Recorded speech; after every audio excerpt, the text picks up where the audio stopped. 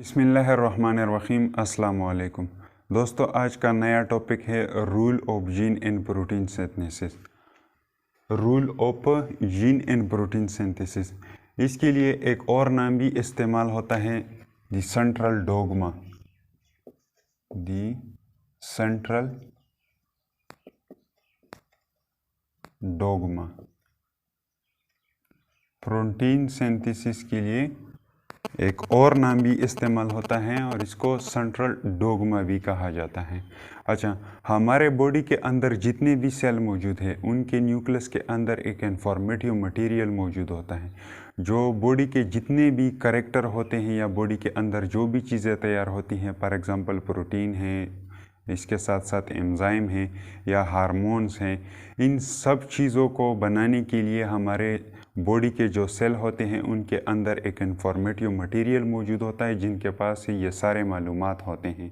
उस informative material को DNA कहा जाता है और डीएनए के छोटे छोटे सेगमेंट्स होते हैं जो एक स्पेसिफिक करैक्टर को कंट्रोल करते हैं। उन सेगमेंट्स को जीन कहा जाता है।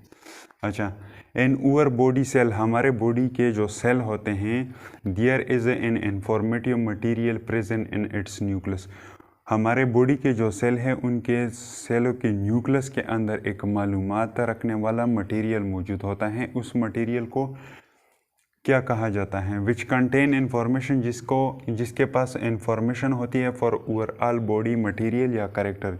हमारे बॉडी के अंदर जो भी मटेरियल तैयार होती हैं या हमारे बॉडी के अंदर जो कैरेक्टर पाए जाते हैं, जैसा कि स्किन का कलर हो गया, हमारे हेयर का कलर हो गया, तो इन सब कैरेक्टर की मालूमात जिस मटेरियल के पास होती है उसको डीएनए कहा जाता है। This informative material is called DNA which contain gene, जिसके पास जीन भी होती है या जीन पर भी मुश्तमिल होता है ये डीएनए। एग्जाम्पल के तौर पे हमने यहाँ पे डीएनए का छोटा सा डायग्राम बना दिया है। ये क्या है? ये एक डीएनए मॉलिक्यूल है, डीएनए मॉलिक्यूल। और सबसे पहले यहाँ पे हम थोड़ा बहुत डीएनए और जीन के बारे में भी पढ़ लेंगे। ये क्या है? एक डीएनए मॉलिक्यूल है और डीएनए मॉलिक्यूल के छोटे छोटे सेगमेंट्स होते हैं। सपोज़ कीजिए ये रेड पोर्शन वाला ये सेगमेंट है, ये डीएनए का एक छोटा सेगमेंट है जो एक स्पेसिफिक कैरेक्टर को कंट्रोल करता है और इसी छोटे से सेगमेंट्स को जीन कहा जाता है। जीन, फॉर एग्ज़ाम्पल ये जीन है और हमारे हेयर कलर को ये क्या करता है? कंट्रोल करता है, हेयर कलर। तो जीन की तारीफ हम इस तरह करते हैं, short segment of DNA, DNA का वो एक छोटा सा टुकड़ा which control a specific character, जो कि एक ख़ास किस्म के कैरेक्टर को कंट्रोल करती हैं, उस छोटे से सेगमेंट्स को जीन कहा जाता है। अच्छा, अब पढ़ते हैं थोड़ा बहुत डीएनए के बारे में। तो डीएनए क्या होती है? डीएनए एक डबल स्ट्रैंडेड मॉलिक्यूल होती है और एक मैक्रो मॉलिक्यूल है। मैक्रो मॉलिक्यूल का मतलब ये है कि ये एक बहुत बड़ा मॉलिक्यूल होता है जो छोटे यूनिट से बना होता है और उन छोटे यूनिट्स को न्यूक्लियोटाइड्स कहा जाता है। फॉर एग्ज़ाम्पल हम एक दीवार का मिसाल ले लें, तो दीवार की जो बेसिक यूनिट होती हैं, उनसे जो वो बेसिक यूनिट जिनसे ये दीवार बन चुका है, उन बेसिक यूनिट्स को इंट्स कहा जाता है। तो इसी तरह डीएनए भी एक छोटे छोटे यूनिट से बना होता है और उन यूनिट्स को न्यूक्लियोटाइड्स कहा जाता है। अच्छा, एग्ज़ाम्पल के तौर पे मैंने यहाँ डीएनए का डायग्राम, छोटा सा डायग्राम बना दिया है। तो डीएनए में क्या मौजूद होती है? डीएनए के अंदर न्यूक्लियोटाइड्स मौजूद होते हैं। न्यूक्लियोटाइड किस चीज़ से बना होता है? न्यूक्लियोटाइड 3 चीज़ों से बना हुआ होता है। सबसे पहला होता है फॉस्फेट ग्रुप, दूसरा होता है पेंटोज शुगर या इसको राइबोज शुगर या 5 कार्बन शुगर भी कहा जाता है, और इसके साथ साथ तीसरा जो होता है कोई ना कोई नाइट्रोजनस बेस होता है। नाइट्रोजनस बेस आमतौर पे 4 किस्म के होते हैं: एडेनिन, गुवानिन, साइटोसिन एंड थायामीन। यहाँ पे इस स्ट्रक्चर में ये जो पी जो नज़र आ रही है, ये किस चीज़ को रिप्रेजेंट करता है? ये फॉस्फेट ग्रुप को रिप्रेजेंट करता है। और यहाँ पे ये एस किसको रिप्रेजेंट करता है? 5 कार्बन शुगर, पेंटोज शुगर, इसको रिप्रेजेंट करता है। और यहाँ पे ए जो है ये किस चीज़ को रिप्रेजेंट करता है, ये एडेनिन को रिप्रेजेंट करता है। तो इन तीन चीज़ों से क्या बनता है, इन तीन चीज़ों को आपस में मिला के एक स्ट्रक्चर बनता है जिसको न्यूक्लियोटाइड्स कहा जाता है। न्यूक्लियोटाइड, इसको न्यूक्लियोटाइड कहा जाता है। और ये एक न्यूक्लियोटाइड है, ये गुआनिन वाला न्यूक्लियोटाइड है, ये थायामीन वाला न्यूक्लियोटाइड है, ये साइटोसिन वाला न्यूक्लियोटाइड है। तो इसी तरह एक साइड पे भी न्यूक्लियोटाइड अरेंज हो जाते हैं और इससे एक स्ट्रैंड बनता है, और इस दूसरे साइड पे भी न्यूक्लियोटाइड अरेंज होते हैं और इससे एक अलग स्ट्रैंड बनता है। तो इसी तरह डीएनए में दो स्ट्रैंड मौजूद होते हैं, और ये दो स्ट्रैंड के जो न्यूक्लियोटाइड है ये भी आपस में एक हाइड्रोजन बॉन्ड के ज़रिए एक दूसरे के साथ अटैच होते हैं। तो एडेनिन और थायमीन के दरमियान डबल हाइड्रोजन बॉन्ड होती हैं, और गुआनिन और साइटोसिन के दरमियान ट्रिपल हाइड्रोजन बॉन्ड मौजूद होती है, और थायमीन और एडेनिन के दरमियान अगेन डबल बॉन्ड मौजूद होती है, और गुआनिन और साइटोसिन के दरमियान अगेन ट्रिपल बॉन्ड मौजूद होती है। इसको समझने के लिए कि किसके दरमियान डबल बॉन्ड है और किसके दरमियान ट्रिपल बॉन्ड है, इसके लिए एक छोटा सा ट्रिक मैंने यहाँ पे लिख दिया है। गुड कैट में सबसे पहले आता है जी। ये जी रिप्रेजेंट करता है गुआनिन को, और इसके बाद ये 3 वर्ड्स जो है, ये 3 अल्फाज OOND, इसको छोड़ दीजिए। बाद में आता है कैट में सबसे पहले सी, मतलब गुआनिन और साइटोसिन आपस में जुड़े रहते हैं। गुआनिन किसके साथ बॉन्ड बनाता है, साइटोसिन के साथ। और फिर आता है कैट में AND, तो एडेनिन और थायमीन साथ में बॉन्ड बनाते हैं। और यहाँ पे अगर हम देखें तो गुआनिन और साइटोसिन के दरमियान हमने कितने अल्फाज छोड़ दिए हैं, 3 अल्फाज हमने छोड़ दिए हैं। तो इन 3 अल्फाज से आप लोग ये इज्यूम कीजिए कि गुआनिन और साइटोसिन के दरमियान 3 अल्फाज हमने छोड़ दिए हैं, तो इसके अंदर ट्रिपल बॉन्ड मौजूद होता है, और बाकी जो 2 रह जाते हैं एडेनिन एंड थायमीन, इसके दरमियान डबल बॉन्ड मौजूद होती हैं। इस ट्रिक के ज़रिए आप लोग ये याद रख सकते हैं कि किसके दरमियान डबल बॉन्ड मौजूद होती है और किसके दरमियान ट्रिपल बॉन्ड मौजूद होती है। तो इसी तरह डीएनए के 2 स्ट्रैंड बनते हैं इन न्यूक्लियोटाइड से, और ये न्यूक्लियोटाइड आपस में, ये न्यूक्लियोटाइड्स के जो स्ट्रैंड होते हैं ये आपस में ट्विस्टेड होती हैं, और इनसे एक स्ट्रक्चर बना हुआ होता है जिसको डीएनए कहा जाता है। अच्छा, फिर आते हैं प्रोटीन सिंथेसिस में कौन कौन से स्टेप्स इन्वॉल्व हैं। Steps in protein synthesis, protein जब तैयार होती है तो इसके अंदर 2 स्टेप इन्वॉल्व होते हैं। सबसे पहला होता है ट्रांसक्रिप्शन। ट्रांसक्रिप्शन जो होता है ये वो प्रोसेस है जो सबसे पहले न्यूक्लियस में होता है। ट्रांसक्रिप्शन में मैंने यहाँ पे पी मिस कर दिया है। ट्रांसक्रिप्शन एक ऐसा प्रोसेस है जो ये सेल के न्यूक्लियस के अंदर मौजूद परफॉर्म होता है, और हमारा ये डीएनए जो होता है ये सेल के न्यूक्लियस के अंदर पाई जाती हैं, और डीएनए जो होती है ये सेल के न्यूक्लियस के अंदर पड़ी रहती हैं, और ये ख़ुद कोई काम नहीं करती, ये किसी दूसरे के ज़रिए अपने काम करवाती हैं। और वो दूसरा कौन होता है, और दूसरा मटेरियल मैसेंजर आरएनए होता है। तो ये डीएनए जो होती है ये न्यूक्लियस में पड़ी रहती हैं और इसके साथ इंफॉर्मेशन होती हैं, और ये ख़ुद अपने काम नहीं करती, किसी दूसरे के ज़रिए अपने काम करवाती हैं। अच्छा, तो आते हैं ट्रांसक्रिप्शन की तरफ। ट्रांसक्रिप्शन में क्या होता है, the formation of messenger RNA from DNA is called transcription. Messenger RNA, DNA से मैसेंजर आरएनए का बनना, ये प्रोसेस क्या कहलाता है, ये ट्रांसक्रिप्शन कहलाता है। और ये कहाँ पे होता है, न्यूक्लियस में। इसको समझने के लिए हम इस डायग्राम का सहारा लेंगे। अच्छा, तो सबसे पहले ये एरिया जो है ये क्या रिप्रेजेंट करता है, न्यूक्लियस, ये न्यूक्लियर मेम्ब्रेन है, ये एरिया साइटोप्लाज्म है, और ये क्या है, सेल मेम्ब्रेन है। इस न्यूक्लियस के अंदर एक इंफॉर्मेटिव मटेरियल मौजूद होता है जिसको डीएनए कहा जाता है।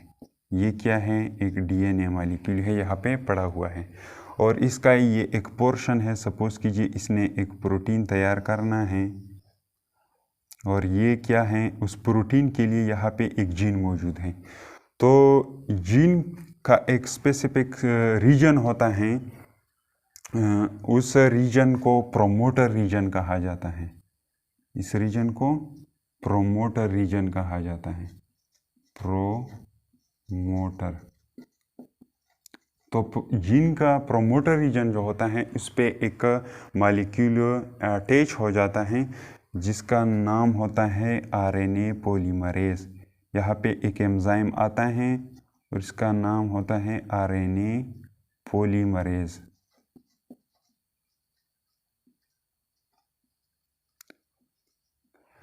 तो सबसे पहले डीएनए के प्रोमोटर रीजन पे एक एंजाइम अटैच हो जाता है जिसका नाम होता है RNA polymerase. RNA polymerase DNA के प्रोमोटर रीजन पे बाइंड हो जाती है और ये क्या करती हैं, इस डीएनए के ये डबल स्ट्रैंड जो हैं इसको एक दूसरे से जुदा कर देता है। कौन? RNA polymerase.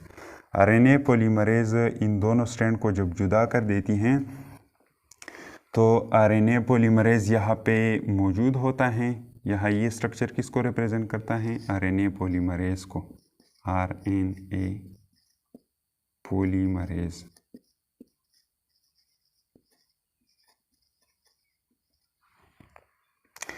और यहाँ से जिस स्ट्रैंड पे मैसेंजर आरएनए की फॉर्मेशन होती है इस स्ट्रैंड को टेम्पलेट स्ट्रैंड कहा जाता है।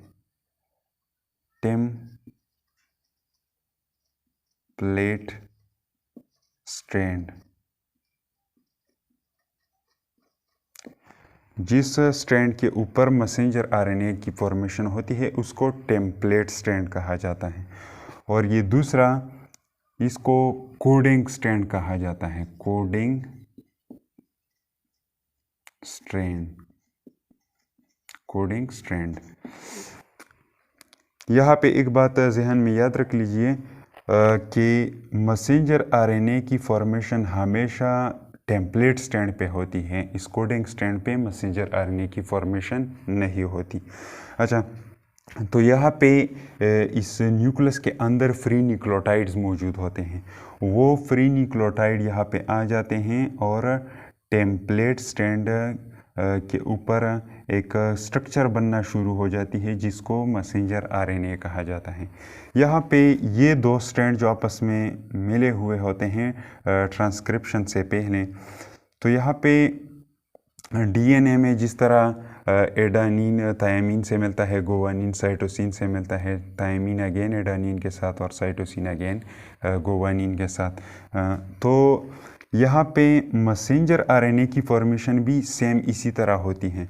लेकिन यहाँ पे एक पॉइंट ज़रूर होता है, एक डिफरेंस यहाँ पे मौजूद होता है मैसेंजर आरएनए में। वो कौन सा है? वो ये है कि सपोज़ कीजिए हमने इस टेम्पलेट स्ट्रैंड को उठा दिया है यहाँ पे, और इस टेम्पलेट स्ट्रैंड पे नाइट्रोजनस बेसिस का सीक्वेंस ये है, सबसे पहले एडानिन, बाद में guanine, cytosine, thymine, adenine and cytosine. तो यहाँ डीएनए में डीएनए के टेम्पलेट स्ट्रैंड पे जब एडानिन अटैच होती है यहाँ पे, तो इसके उलट यहाँ पे थायमीन को अटैच होना चाहिए था, लेकिन मैसेंजर आरएनए में यहाँ पे यूरासिल अटैच हो जाता है। यहाँ पे यूरासिल अटैच हो जाता है, तो मैसेंजर आरएनए में ये डिफरेंस होती हैं। और गुवानिन साइटोसिन के साथ अगेन उसी तरह मिलता है, साइटोसिन गुवानिन के साथ, थायमीन एडानिन के साथ। यहाँ पे अगेन एडानिन मौजूद है टेम्पलेट स्ट्रैंड में, तो मैसेंजर आरएनए में यहाँ पे यूरासिल जोड़ता है जो कि एक अनदर टाइप ऑफ बेस है, नाइट्रोजनस बेस है। और इसके साथ साथ गुवानिन अगेन साइटोसिन अगेन गुवानिन के साथ अटैच होता है। अच्छा, तो यहाँ पे ये स्ट्रक्चर जो बन जाती है इसको मैसेंजर आरएनए कहा जाता है। और इस डीएनए के पास जो इन्फॉर्मेशन होती है प्रोटीन सिंथेसिस के लिए, वो इस मैसेंजर आरएनए में कॉपी हो जाती है, मतलब यहाँ से ये ट्रांसफ़र हो जाती है मैसेंजर आरएनए को। तो डीएनए खुद अपने काम नहीं करती, ये किसी दूसरे के ज़रिए अपने काम करवाती हैं। और इस पूरे प्रोसेस को जो न्यूक्लियस में हो रहा है, इस प्रोसेस को ट्रांसक्रिप्शन कहा जाता है। अच्छा, फिर यहाँ पे क्या हो जाता है, ये न्यूक्लियर मेम्ब्रेन जो होती है इसके अंदर पोर्स मौजूद होते हैं जिसको न्यूक्लियर पोर कहा जाता है। ये क्या है, न्यूक्लियर पोर्स, ये सारे क्या हैं, न्यूक्लियर पोर। तो फिर ये मैसेंजर आरएनए बाहर साइटोप्लाज्म की तरफ चली जाती है और एक और प्रोसेस स्टार्ट करती है जो हम आगे पढ़ने वाले हैं। अच्छा, इन चीज़ों को अब हम एक्सप्लेनेशन और डिफिनीशन के ज़रिए दोबारा रिवाइज करने जा रहे हैं। तो ट्रांसक्रिप्शन क्या है, the formation of messenger RNA from DNA is called transcription. Messenger RNA का बनना डीएनए से इसका ट्रांसक्रिप्शन, इसको ट्रांसक्रिप्शन कहा जाता है। इन दिस एक्सप्लेनेशन में इन दिस स्टेप में एन एंजाइम, एक एंजाइम आरएनए पॉलीमरेज जिसका नेम है, कम आ जाती है and bind with the DNA, और डीएनए के साथ बाइंड हो जाती है एट अ प्रोमोटर रीजन, एक प्रोमोटर रीजन पे, एंड ओपन और अनजिप, ये खोल देती है द टू स्ट्रैंड, दोनों स्ट्रैंड्स को, डीएनए के one strand of the DNA का एक strand on which the messenger RNA formation अगर जिस पे मैसेंजर आरएनए फॉर्म होती है इज कॉल्ड टेम्पलेट स्ट्रैंड, इसको टेम्पलेट स्ट्रैंड कहा जाता है। दस द इंफॉर्मेशन, इसी तरह ये मालूमात of DNA are copy to the messenger RNA, DNA के इंफॉर्मेशन मैसेंजर आरएनए को कॉपी किए जाते हैं। This process is called transcription, इस पूरे अमल को ट्रांसक्रिप्शन कहा जाता है। अब चलते हैं दूसरे प्रोसेस की तरफ, और वो दूसरा प्रोसेस क्या है, ट्रांसलेशन। ट्रांसलेशन में क्या होता है, ट्रांसलेशन में ये होता है कि ये मैसेंजर आरएनए जो न्यूक्लियस के अंदर फॉर्म हो गई, बन गई, ये न्यूक्लियस से न्यूक्लियर पोर के ज़रिए बाहर आ जाती है और साइटोप्लाज्म में, और दूसरा प्रोसेस स्टार्ट करती है जिसको ट्रांसलेशन कहा जाता है। और ट्रांसलेशन में इस मैसेंजर आरएनए से प्रोटीन बनती है या प्रोटीन बनने का प्रोसेस स्टार्ट हो जाता है, तो उस प्रोसेस को ट्रांसलेशन कहा जाता है। The formation of protein, protein का बनना फ्रॉम मैसेंजर आरएनए से इज कॉल्ड ट्रांसलेशन, इसको ट्रांसलेशन कहा जाता है। तो इस प्रोसेस को हम इस डायग्राम के ज़रिए समझने की कोशिश करेंगे। अच्छा, तो सबसे पहले यहाँ पे क्या होगा, मैसेंजर आरएनए फॉर्म हो जाएगी, वो मैसेंजर आरएनए न्यूक्लियर पोर के ज़रिए बाहर आ जाएगी और साइटोप्लाज्म के अंदर चली जाती हैं। यहाँ पे मैसेंजर आरएनए पहुँच गई, ये क्या है, ये पूरा स्ट्रैंड, ये मैसेंजर आरएनए का एक स्ट्रैंड है। और मैसेंजर आरएनए जब साइटोप्लाज्म की तरफ आ जाती है तो ये राइबोसोम के साथ अटैच हो जाती है। ये क्या है, ये राइबोसोम है।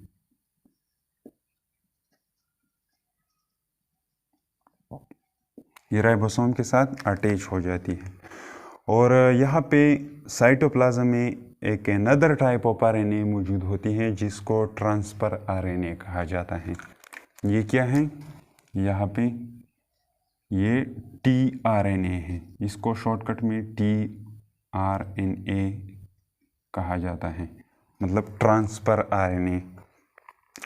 और इस ट्रांसफर आरएनए के इस एक एंड पे 3 बेसेस अटैच होते हैं। फॉर एग्जांपल मैंने यहाँ पे लिख दिया कि यहाँ पे गुआनिन है, एडानिन है और यूरासिल है। इन तीनों बेसेस को कोलेक्टिवली एंटीकोडान कहा जाता है, एंटीकोडान,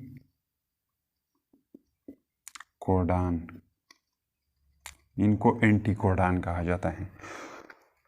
और मैसेंजर आरएनए पे जो बेसेस अरेंज होती हैं, फॉर एग्जांपल ये क्या है, मैसेंजर आरएनए है, इसको मैंने यहाँ पे उठा दिया है, तो इसके ऊपर भी नाइट्रोजनस बेसेस मौजूद होती हैं। तो यहाँ पे सपोज कीजिए ए, जी, यू वगैरह अटैच हैं, तो इनको कोडान कहा जाता है। कोलेक्टिवली इसको, इन तीनों को कोडान कहा जाता है, कोडान।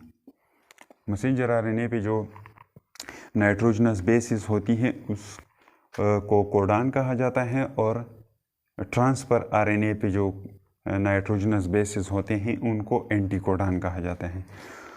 तो यहाँ पे साइटोप्लाज्म में फ्री ट्रांसफर आरएनए मॉलिक्यूल होती है और साथ में एक दूसरा मॉलिक्यूल होता है जिसको अमीनो एसिड कहा जाता है। ये स्ट्रक्चर किसको रिप्रेजेंट करता है, ये रेड डॉट अमीनो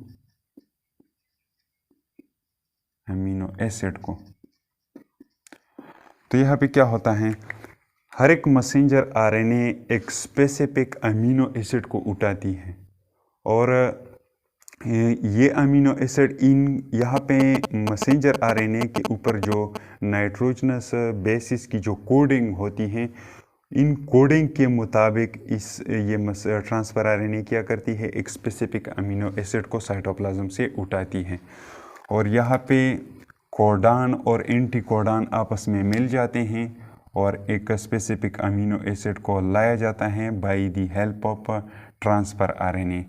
और यहाँ पे ये ट्रांसफ़र आरएनए जब कोडान और एंटी कोडान को एक दूसरे के साथ मिला देती हैं तो यहाँ पे ये अमीनो एसिड जो होता है इसको छोड़ देता है ट्रांसफ़र आरएनए और ट्रांसफ़र आरएनए आगे चली जाती है।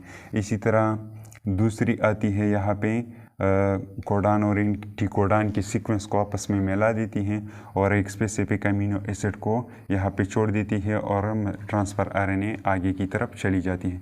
इसी तरह ये पूरा प्रोसेस इसी तरह जारी रहता है और ये राइबोसोम क्या करता है, इन ट्रांसफ़र आरएनए को यहाँ पे गाइड कर देता है कि अब तुम आ जाओ, अब तुम्हारी बारी है। तो इसी तरह ये मैसेंजर आरएनए क्या हो जाती, आगे निकल जाती हैं और यहाँ पे जब ये प्रोसेस, ये राइबोसोम यहाँ पे पहुँच जाता है तो यहाँ पे आखिरी इन प्रोसेस की टर्मिनेशन यहाँ पे हो जाती है और इसी तरह एक स्ट्रक्चर पैदा हो जाता है और ये सारे अमीनो एसिड जो होते हैं एक दूसरे के साथ एक बॉन्ड के ज़रिए लिंक होते हैं। इस बॉन्ड को पेप्टाइड बॉन्ड कहा जाता है, पेप्टाइड बॉन्ड, इसको पेप्टाइड बॉन्ड कहा जाता है। और जब ये प्रोसेस मुकम्मल हो जाता है तो ये पूरा चेन जो होता है अमीनो एसिड का, इस पूरे चेन को पॉलीपेप्टाइड कहा जाता है,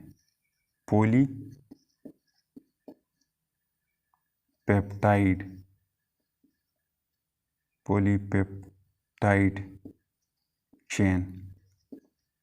अमीनो एसिड का ये पूरा चेन जो होता है इसको पॉलीपेप्टाइड चेन कहा जाता है और इवेंचुअली आखिर में फाइनली ये चेन किस में कन्वर्ट हो जाता है, एक स्ट्रक्चर में कन्वर्ट हो जाता है जिसको प्रोटीन कहा जाता है और इसी तरह प्रोटीन की सिंथेसिस हो जाती है। अच्छा, अब इस पूरे प्रोसेस को हम डिफिनीशन और एक्सप्लेनेशन की ज़रिए रिवाइज करने जा रहे हैं।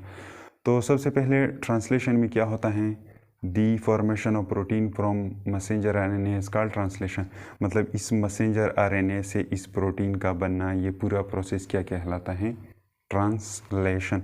आते हैं एक्सप्लेनेशन की तरफ।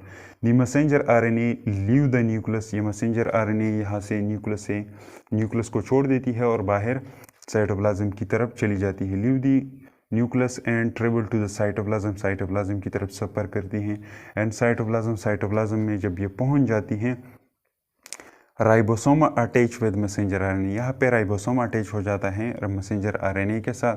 अनदर टाइप ऑफ आरएनए, और एक दूसरी किस्म का आरएनए कॉल्ड दी टीआरएनए, जिसको टीआरएनए कहा जाता है, ये वाला, ये साइटोप्लाज्म में मौजूद होते हैं ये टीआरएनए। कैरीज ले जाती है स्पेसिफिक अमीनो एसिड, एक ख़ास किस्म का amino acid to the ribosome की तरफ ये एक स्पेसिफिक अमीनो एसिड को लाती हैं।